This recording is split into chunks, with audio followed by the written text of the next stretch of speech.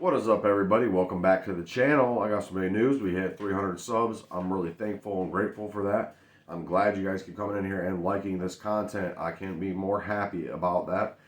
Today's video, we're going to break down drags, and it's going to be kind of in-depth, like really in-depth. I know you guys like that, and I'm going to keep bringing it, man. So first, before we do that, as always, we're going to go ahead and we're going to give some shout-outs. We're going to shout out to Connor Morris, Michael McLeod, Mike Parr. Shout out to you, Mike Parr. I believe I was talking to you in a Facebook group. Quaker, Danny Keller. Danny Keller, I am in the mitten, man. I didn't get around to commenting back to you, and I'm sorry about that, but I'm in the mitten, man. So we're going to go ahead and Evgeny Korolev. Sorry if I mispronounced that. Hey, man, if you're tuning in and you're from all the way over there, or something like that, I couldn't be more happier with that. But without further ado, let's go ahead and let's jump right into this video, and we're going to break down drags. I got some couple little diagrams, some pictures drawn up, and I have a whole mess of notes. And the way that I'm going to do this is I have broken down drags, difficulty, range, and I have some side tips and things like that. And even some test drags that you can run to iron out some issues that you have with your dog if you're having issues with your dog. So I broke this down into, I believe, 6 stages plus the test stage. So we'll just go ahead and we're going to talk about stage 1. This is going to be like the easiest drag that you could possibly make. And this is going to be probably for your younger dogs. Now the age, it really depends. A brand new fresh dog is where we're going to put this stage 1 drag at. Reminder here, if we're running drags, we want to make sure that our dog is barking as much as possible. So we need to complete the bark stage to get into the drag stage. It is okay to run drags for dogs that aren't barking. It's completely fine. But we really want, by the time we get to that dead coon stage or that cage coon stage, we want a dog barking the entire time that we're working and doing drags. Unless we are doing one of the surprise drags, okay? Which I'm going to go over here shortly in the video. And I'm going to talk about a few key things. Hopefully you guys can see this. Please do not make fun of my drawing because I draw like a kindergartner, okay? So, I don't even know if you guys can even possibly see this. There you go. What stage is this? That's stage 2. Okay, so stage 1. We are going to be completely in sight of the dog. Here's our tree. Here's our drag sitting right there in the middle. And here is the track that we're going to leave. We're going to double back on our own track. And why we do this is it makes it super simple for that dog. It watches you take it over there, put it in the tree, come right back, cut the dog loose. It's going to go right over there, and it's going to know what it's doing. This is going to be the simplest possible drag that you could possibly run for your dog. This is stage 1 running drags, okay? And this is going to be short, maybe like a 25-yard drag. And I'm going to explain to you as I go farther in this video the difference in circling back on your drag and not circling back on your drag, because these are very important key moments, and it's a very good way to gauge your dog and how invested they actually are in the scent. Okay, so that's stage 1. Stage 2 is going to be quite a bit longer, maybe about double as long, but we're not going to be in sight while we're taking the drag through the woods, right? So we're going to be out of sight of the dog. We can show the drag to the dog, get them riled up for it, and then drag off. But at some point, we're going to break the line of sight with the dog so it cannot see where we go and get to the tree, right? And it's going to be just about nose level if they're up on the tree. We don't want it too low because they'll get a hold of it and they're not going to tree it for you. They're going to get it out of the tree. And it's not going to be way too high, especially for these younger dogs. If it's too high, these younger dogs will get on that tree and they'll just look up there, and they might not be able to see it that far. They're not going to keep interest if they know that it's out of the reach. So we're going to keep it right in that range to where they feel like they can get it, but they can't get it. And stage 2 is going to look like that. Here's the tree line or whatever. Maybe you drag it around the side of your house or something like that. But we are going to double back on our track again. We're going to hang it nice and low in the tree right there. And when we cut our dog off, hopefully it's going to go right to where it's seen us last, and then it's going to start working its nose, and that'll get it the rest of the way. And what we're looking for is nose on the ground to the tree when it gets to the tree. We're not too worried about listening for tracking, right, at this point. Some dogs may do it. I have not ran across a whole lot of dogs that will open on track unless it's like a dead or a cage coon. So like a drag, a rag, or whatever you're using with scent on it, probably not so much. Okay, so the stage 3 drag, so that one's about, the stage 2 is about 50, 75 yards, something like that, out of line of sight. Then we're going to go into the stage 3 drag. It is going to be a little bit more complicated. We're not going to do a straight line drag. For like the stage 2, you can do like a 90, something like that, something super easy. For the stage 3, we can get a little wavy with it. We're going to make nice big waves, and we're going to go maybe, we're not going to do any circles. We're not going to spike any trees. We're going to make a nice, smooth, maybe like a S line back and forth, make it over to the tree, get it to the tree, and this is where stage 3 gets more difficult. It gets more difficult in the length of the track that you're going to lay. So you're going to lay about 100 to, I don't know, 150 yard. Oh, that's a little bit steep, but maybe 100, 125 yard drag for this dog. It is going to be out of the line of sight of the dog, so you're going to break the line of sight of the dog. And this is what stage 3 is going to look like. Now, forgive me for my drawing, you guys. But stage 3, dog's tied up here. We have a tree line or whatever have you to break the line of sight. We're going to get it out there, and we're going to get it up in the tree. Let me see what I have written down here. It's going to be higher up in the tree, right? So maybe not so close that the dog's nose is right on it, but it's going to be a lot higher up in that tree. So we're going to have to work and make sure we're getting a lot higher in that tree. And then we're going to circle back. Okay, so this right here is going to make or break your dog. And I'm not saying like permanently, but this is going to expose your dog. And it's going to expose your dog because it's going to find out whether this dog is after this scent or it's after your scent. So a lot of dogs, especially when you hit them with this stage 3 drag the first time, they are going to go out here and they're going to make the circle back. They're going to blow right past this tree. That is completely fine. We're going to get the dog and we're going to walk the drag in and show the dog what tree it's in, and then the dog can click in its brain, oh, don't follow this one, follow this one. So stage 3, this is going to be the time where it's going to expose your dog. And I know a lot of guys who keep it at like a stage 2 drag, where they're running their track straight out and straight back over itself. And when you throw in that circle, the dog might blow past that tree. And if your dog, what you're looking for is your dog to stick the tree and not follow you out of the woods. And that is a good stage to be at. That's the stage that we really kind of want to thrive in, is right there on that stage 3. Okay, so stage 4. Stage 4 might get a little tricky for some dogs. Stage 4, this is going to make or break your dog. Again, this is going to be another test stage, right? The stage 3 is testing which scent the dog is tracking. Okay, and then stage 4 is going to see how reinforced it is by sight or how reinforced it is by scent. And when we do this, this is what is going to help develop our dog to go ahead and stick a tree. And hopefully, after you've made it out of stage 1, possibly even stage 2 is okay. But once we get into those stage 3 and those stage 4 drags, we're going to want these all to be at night, okay? I know that stage 3 is going to be kind of higher in the tree, but the dog should be able to still have it right there in its nose enough and maybe be able to see it enough to go ahead and stick that tree for it. But stage 4 is going to be basically the same thing as stage 3, except for we're going to put the coon or the scent on top of a branch. We're going to put it up high in a tree on top of a branch to where the dog cannot see that. They cannot see it. So when they get to that tree, they have to use their nose to allow them to go ahead and trust their confidence to stick that tree without having a visual confirmation of a coon in the tree.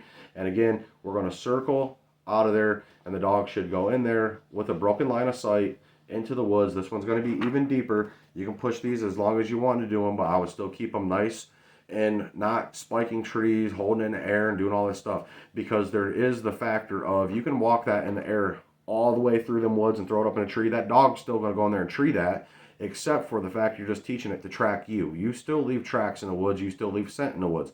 And when we double back, what we're doing is we're putting a double amount of scent of ourselves in there, so it's really strong for them, and they're only getting a little bit of a coon scent. And then when we circle out of there, we're equaling it out. It's diminishing our scent. So it's weaning them off of us and putting them closer onto the coon scent, which we're going to work through the stages, and we're going to get these guys broke off of us. They're following us through the woods, guys. They're looking for our scent in the woods. And this is why a lot of these dogs, when you hunt them when they're still in the drag stage, they don't come up with a whole lot because they're not finding a coon scent with you to follow, right? So we have to wean them down, and it's so much easier a process if you just follow a little bit of stage work here. But we're going to circle, right? We're going to circle out of there. That is a big key right here, is circling out. Now, the stage 5 drag. And each time that we're doing a stage of drag, we're trying to inch it closer and closer to the real deal, right? We're getting inching closer and closer to the real deal with everything that we do. Stuffed animal to a coon, from a dead coon to a live coon, from a live coon in a cage to a live coon that we've cut out, from a live coon that we have cut out to a wild coon that we had no dealings with, right? And we have to peel it back in layers like that. So we're talking about stage 5. This is where a lot of guys end up having an issue too. And this is where a lot of guys have a dog that might not want to leave their feet so much. And I mean, there's a lot of remedies for that. I have a couple videos on that. But this could be one of the reasons why your dog isn't actively searching for a scent, right? So stage 5. And I almost missed this one. But stage 5, it looks like this. Let me get this to focus in on for you guys. It looks like this. Our dog's going to be over here, completely broken line of sight. And we're going to go, so we're going to keep our dog in a box. We're going to leave our dog at a house. We're going to do whatever. This dog has no, it has no dealings here. If you really want to make sure your dog gets lucky, you can show it before and then go off and do it. But the dog's not going to see anything that you do. You're going to come over here away from the dog. Then you're going to lay the drag to the tree. It's going to be high in the tree, not seen, and then we're going to circle out of there way farther even than that. We're going to get so far away from that when we get back to this dog, we have no possibility of crossing ourselves, right? So we don't want to cross the dog on our scent on the way back. So we want to get this dog and we want to bring it maybe like over in this area and get kind of close. Get within 30 yards, something like this, and we're going to cut our dog in the direction of where we started the drag, right? So then the dog gets to get out there and kind of search around and then pick up a track and then push the track to the tree. And then hopefully it sticks the tree, it doesn't circle back, okay? So that is going to be the stage 5, okay? That is a really good one. That is super good if you can cut your dog off of a track that you've laid, and it will go in there, find that, and then go in, right? So this is another stage of this. And then we're going to go ahead and we're going to talk about stage 6. This is one that I developed a long time ago. I don't know a whole lot of guys that do this. I don't know a whole lot of guys that go through that many processes of their drags. I know a whole lot of guys that make the doubling back on your own track mistake. And why because this is another thing that happens. I shouldn't have skipped this far ahead without touching on this. But when we have, say we're on a stage 3. I'll use stage 3 drag right here. Say we're on a stage 3 drag. We've made the circle back to the dog. What will happen a lot is when you cut this dog, it will do this. It will follow you to the tree. This is what we're avoiding. This is what we want to avoid. That's the whole reason why we circle, because we take this dog and we're going to walk it down this track a little ways, then cut it. So it doesn't have a chance to pick us up and run backwards, right? And pups and young dogs and dogs that don't have a lot of experience, they will absolutely run tracks backwards all day long. They will do it. I've seen it. I've cut dogs behind coons on the road that I've seen cross this way, and they run that way, and they'll burn it up that way for a while before they ever figure out and turn around and bring it back, right? So we have to make sure that we're eliminating all these issues and getting the dog to focus on the right stuff. Okay, so the surprise drag, to jump back in and back on track, the surprise drag is going to be a drag where this dog is completely oblivious. It's completely oblivious. We're going to set it up just like we were going to the woods by ourselves. The dog has no idea that there's coon scent. The dog has no idea there's a dead coon or a cage coon, nothing. It has no idea. And we're going to go out there and we're going to lay a drag, and we're going to lay a nice long drag, and maybe we can get a little fancy with it. Let's not do a circle. Let's don't hurt our dogs doing these drags. If they're way farther along, they shouldn't even need a drag. But making a circle or spiking a tree and laying it way over here like this, it makes the process too hard and it defeats itself, because your scent's there when you're doing those airs, right? If you put it in the air, your scent is there, and it's going coon scent, coon scent, coon scent, your scent, your scent, your scent, coon scent, coon scent, coon scent, right? So we don't want that. We want as much coon scent in that dog's nose as it can possibly get, and we don't want to make circles to get the dog stuck in a loop where it's looping. We want successful drags, we want successful trees.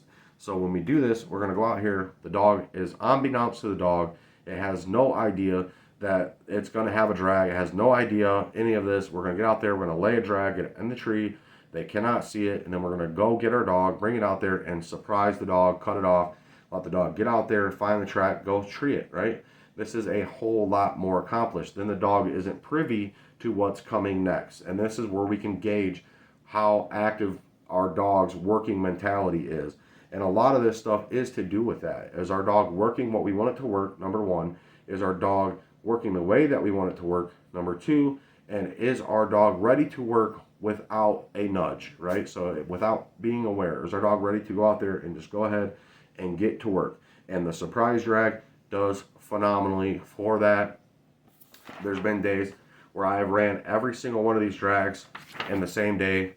Next day, the only thing that I do is a surprise drag, and then I move right on to mock hunts, which I'll make a video about that. That's going to be encased in the cage, working a cage coon video, and that I believe that's going to be my next video. If you guys want that to be my next video, go ahead and let me know down there in the comments if that's something that you guys want to go ahead and see.